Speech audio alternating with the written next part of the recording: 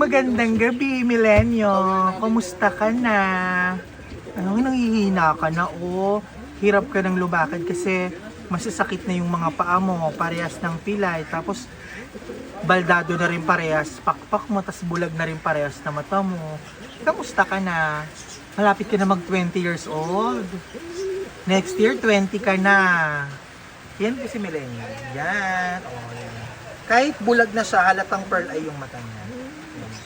20 years old na siya. Ayan. Kapatid niya si Tikio at si Ann, yung mga nagpo-produce ng mga winner. Katulad niya din, nagpo-produce ng mga winner. Okay, sige. Ayan.